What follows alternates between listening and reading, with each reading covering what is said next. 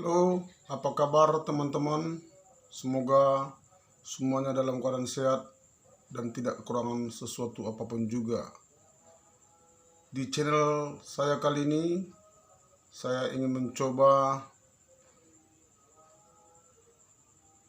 membantu kamu, terutama dalam penguasaan soal-soal di ujian CPNS tahun 2021 ini, terutama di bidang SKD atau seleksi kemampuan dasar, terkhusus di tes wawasan kebangsaannya.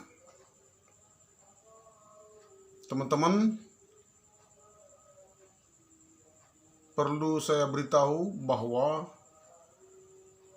untuk menghadapi ujian SKD atau seleksi kemampuan dasar terkhusus di bagian tes wawasan kebangsaan ini, bahwa ada 4 hal yang perlu kamu kuasai dengan baik. Apa itu? Yang pertama adalah mengenai Pancasila, baik itu mengenai sejarah lahirnya maupun penguasaan kamu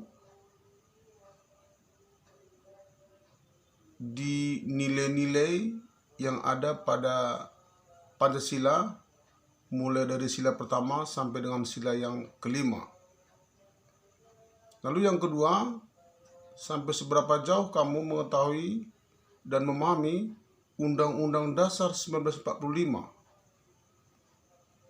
baik sebelum diamandemen maupun yang sudah diamandemen tentunya. Yang ketiga,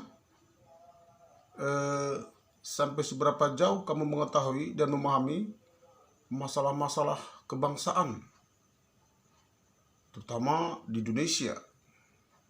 Lalu yang keempat, teman-teman, adalah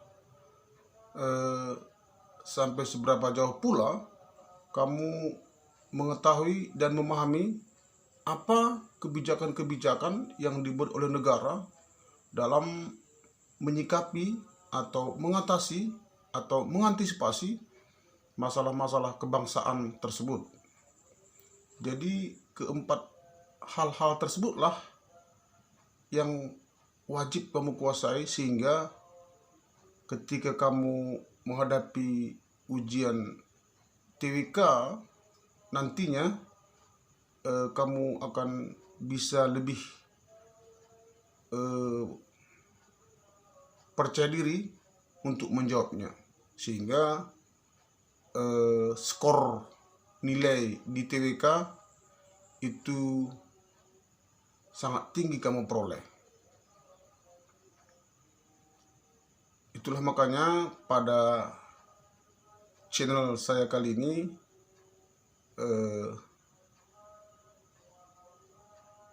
saya ingin berbagi pengetahuan, berbagi pemahaman kepada teman-teman tentang penguasaan tes wawasan kebangsaan tersebut.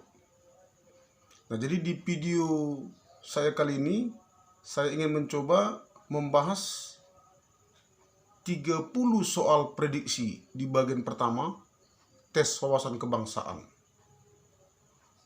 Metode yang saya buat di video ini adalah metode lisan, karena seperti kita ketahui bersama, di video-video yang kamu saksikan juga di channel-channel yang lain itu ada lebih banyak secara tertulis dia ya, secara tertulis. Jadi kalau saya lebih cenderung menggunakan metode lisan. Artinya tulisan ini soalnya saya baca, ya, lalu kamu simak dengan baik, penuh konsentrasi.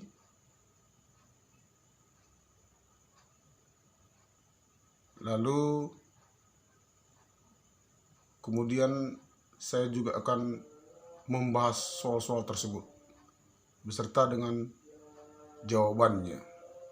Metode ini adalah metode klasik, tapi kamu jangan salah bahwa metode ini cukup membuat kamu bisa lebih konsentrasi, membuat kamu bisa lebih fokus. Itu sebenarnya tujuan saya membuat video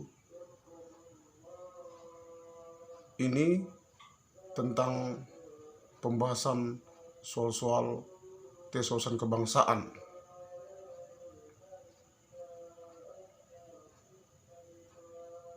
Sehingga dengan penuh konsentrasinya kamu, maka secara pelan-pelan di hari H ujian CPNS tahun 2021 ini, kamu bisa lebih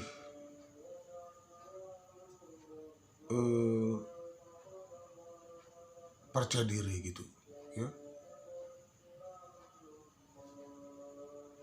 Teman-teman, kita langsung saja ke soal nomor yang pertama. Oke, konsentrasi. Saya bacakan soalnya ya. Nomor 1, pada tanggal 1 Juni 1945, Insinyur Soekarno menyampaikan pidato tentang dasar negara Indonesia Merdeka. Rumusan dasar negara yang diusulkannya adalah sebagai berikut. Kecuali A. Musyawarah, B. Kebangsaan Indonesia, 3. Mufakat atau demokrasi, D. Internasionalisme atau peri kemanusiaan, E. Ketuhanan yang berkebudayaan. Nah, jadi untuk membahasnya, teman-teman harus ingat tentang BPUPKI, di mana BPUPKI adalah Badan Penyelidik Usaha-usaha Persiapan Kemerdekaan Indonesia yang dibentuk oleh masa pendudukan Jepang di Indonesia pada 1 Maret 1945, di mana Jepang menunjuk Dr. KRT Rajiman Widyodiningrat sebagai ketuanya. BPUPKI itu dibentuk dengan tugas utamanya adalah untuk menyelidiki perubahan-perubahan ketatanegaraan Indonesia. Nah, jadi BPUPKI itu bersidang sebanyak 2 kali. Sidang yang pertama adalah tanggal 29 Mei sampai dengan 1 Juni 1945. Ingat teman-teman, sidang pertama BPUPKI itu adalah fokusnya para founding fathers kita adalah membahas apa yang menjadi dasar negara Indonesia Merdeka nanti. Itu fokus sidang yang pertama.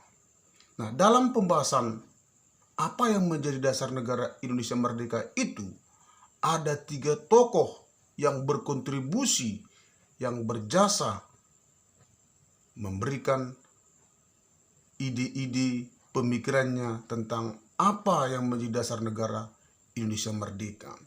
Ketiga tokoh itu adalah Supomo, Muhammad Yamin, dan Insinyur Soekarno. Terkait dengan pertanyaan soal yang saya bacakan tadi, bahwa apa yang menjadi gagasan Insinyur Soekarno tentang dasar negara Indonesia Merdeka adalah di mana pada 1 Juni 1945 Insinyur Soekarno mengajukan gagasan, yaitu yang pertama, kebangsaan Indonesia. Yang kedua, internasionalisme atau peri kemanusiaan. Yang ketiga, mufakat atau demokrasi. Yang keempat adalah kesejahteraan sosial. Dan yang kelima, ketuhanan yang berkebudayaan. Jadi jelas bahwa soal yang saya bacakan tadi jawabannya adalah A, di mana jawaban A itu opsinya adalah musyawarah. Kita ketahui bersama bahwasanya musyawarah itu merupakan gagasan dari Supomo. Ya, gagasan dari Supomo, di mana Supomo juga mengajukan 5 idenya tentang dasar negara, yaitu persatuan, kekeluargaan, keseimbangan lahir dan batin, musyawarah, dan yang kelima, keadilan sosial. Jadi teman-teman cukup jelas ya jawaban soal yang pertama. Oke, selanjutnya kita masuk ke soal nomor 2.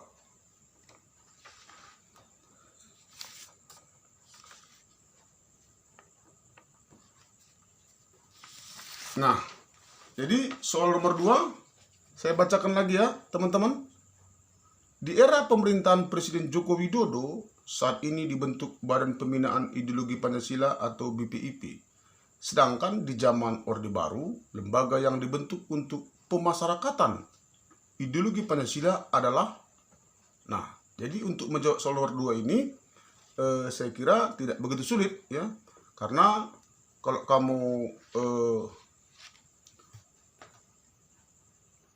membaca perkembangan kekinian kebijakan-kebijakan pemerintahan Presiden Joko Widodo ya, bahwasanya dalam bidang pembinaan ideologi Pancasila awalnya pemerintahan Joko Widodo membentuk yaitu UKPPIP.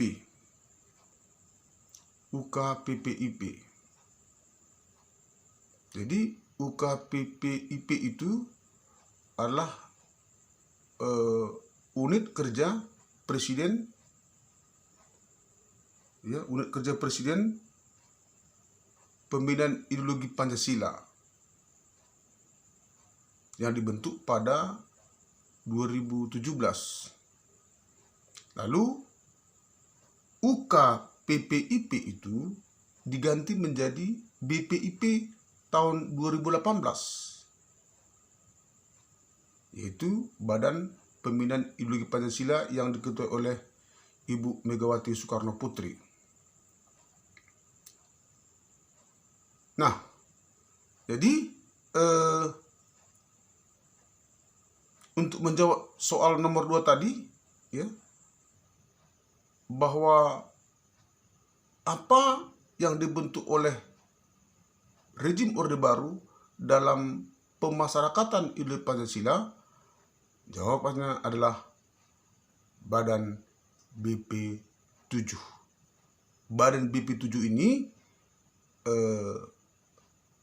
singkatan dari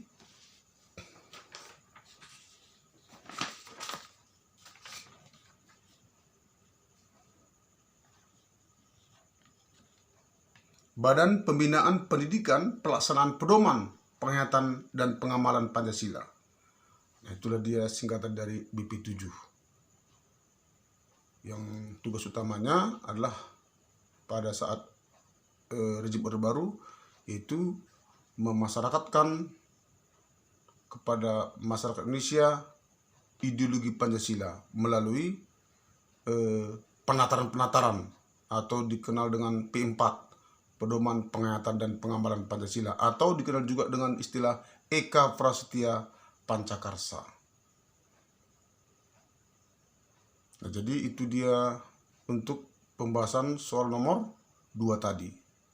Oke. Ya, teman-teman, kita masuk ke nomor 3. Ya, tetap konsentrasi. Saya bacakan ya. Soal nomor 3.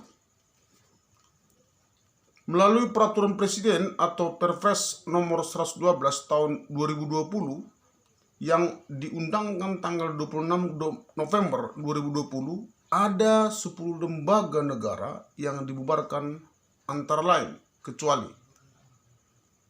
Ya, ada 10 lembaga negara yang dibubarkan antara lain kecuali A.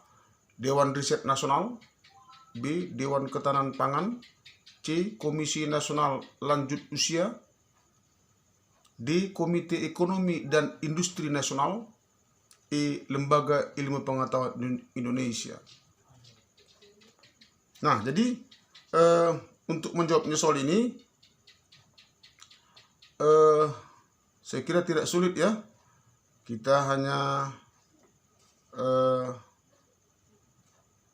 mengetahui yaitu apa 10 lembaga negara yang dibubarkan oleh pemerintahan Joko Widodo melalui peraturan presiden nomor 112 tahun 2020.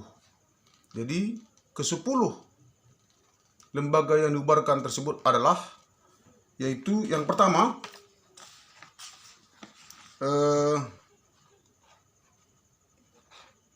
Dewan Riset Nasional, kemudian Dewan Ketahanan Pangan, ketiga Badan Pengembangan Wilayah Surabaya Madura, kemudian Badan Standarisasi dan Akreditasi Nasional Keolahragaan, berikutnya Komisi Pengawas Haji,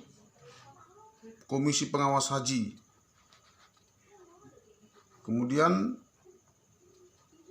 Komite Ekonomi dan Industri Nasional, kemudian Badan Pertimbangan Telekomunikasi, kemudian Komisi Nasional Lanjut Usia,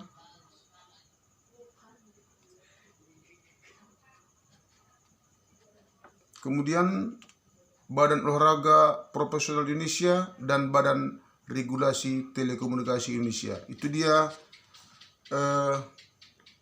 lembaga-lembaga yang dibubarkan oleh pemerintahan Joko Widodo melalui peraturan presiden nomor 112 tahun 2020. Jadi jawaban nomor 3 adalah E, yaitu Lembaga Ilmu Pengetahuan Indonesia. Ini tidak termasuk yang dibubarkan. Nah, itu dia jawaban nomor 3.